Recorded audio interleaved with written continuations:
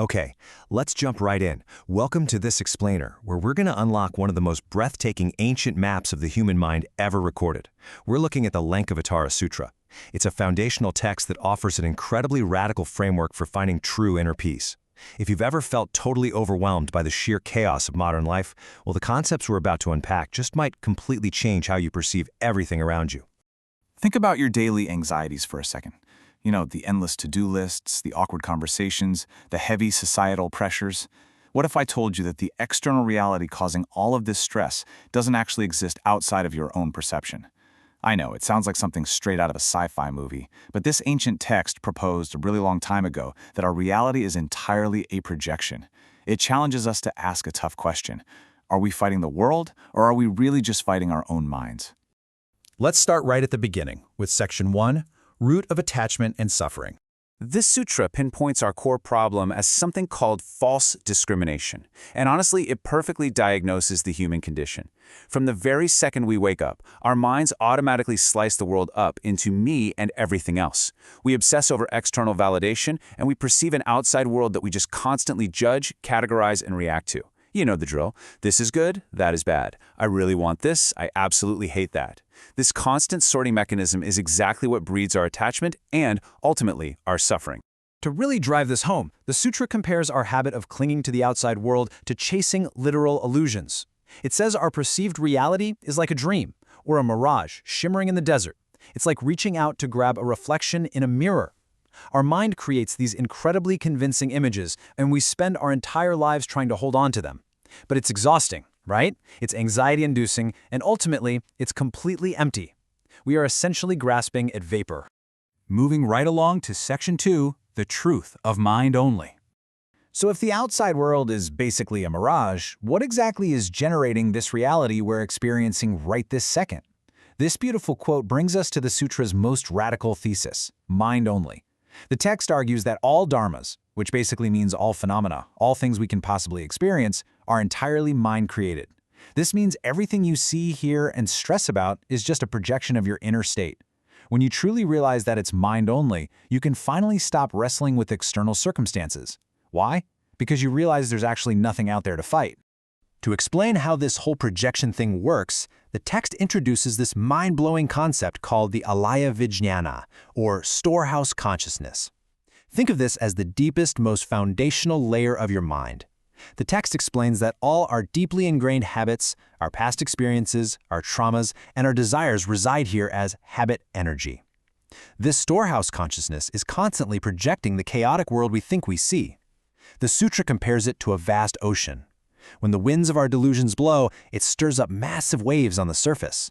We see the crashing waves and think, oh, that's reality, completely forgetting the deep, quiet ocean underneath it all. Which brings us to Section 3, Wisdom of No External Objects. Here is where it gets incredibly liberating.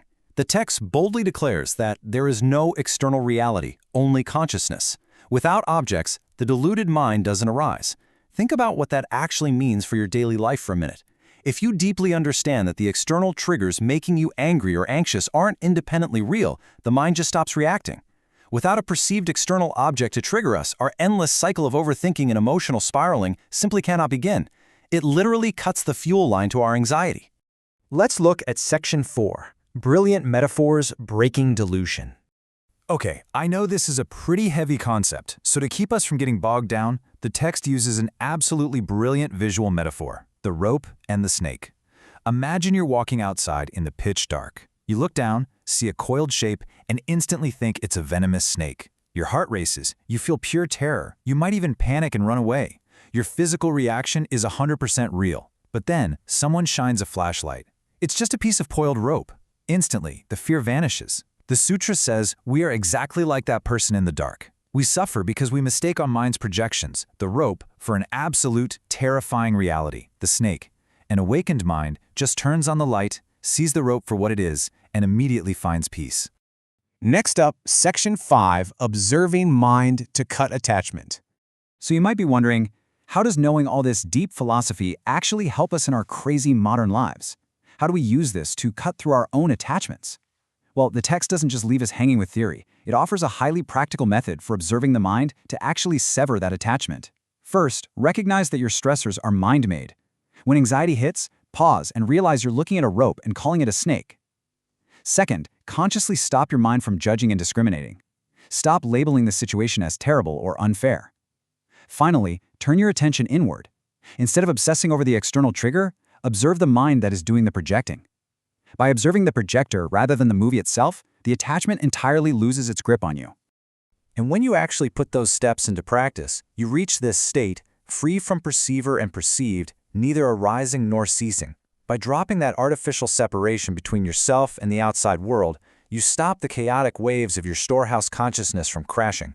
You no longer see yourself as this vulnerable subject at the mercy of a hostile objective world. You realize it's all just one fluid system of consciousness. The waves finally settle down, and the mind becomes completely still. Finally, let's look at Section 6, Liberation of the Middle Way. Now, people often hear middle way and think it's just some comfortable compromise between two extremes. But actually, scratch that. It's something entirely different. We humans have this strong urge to categorize our problems as either permanently, solidly existing, which makes us feel totally trapped, or entirely not existing, which just leads to apathy and nihilism. The middle way is a complete transcendence of both of those. It's the profound realization that while things definitely appear in our consciousness, they don't possess an independent, permanent reality. It frees us from that exhausting pendulum swing of taking things way too seriously while still allowing us to engage fully with life. I absolutely love this next part. The sutra offers this beautiful, comforting reminder. The inherently pure mind is obscured by delusion, like hidden treasure or underground water. The text is telling us that right beneath all our anxiety, beneath the endless to-do lists, the stress, and all that mental clutter of false discrimination, your true awakened nature is already there. It is already pure. You don't have to build it, you don't have to acquire it, you just have to clear away the dirt. It's waiting to be discovered, right underneath the surface, just like a deep, tranquil underground spring giving life to everything above it. As we wrap up this explainer on such an awe-inspiring ancient map of the mind, I want to leave you with one final provocative thought.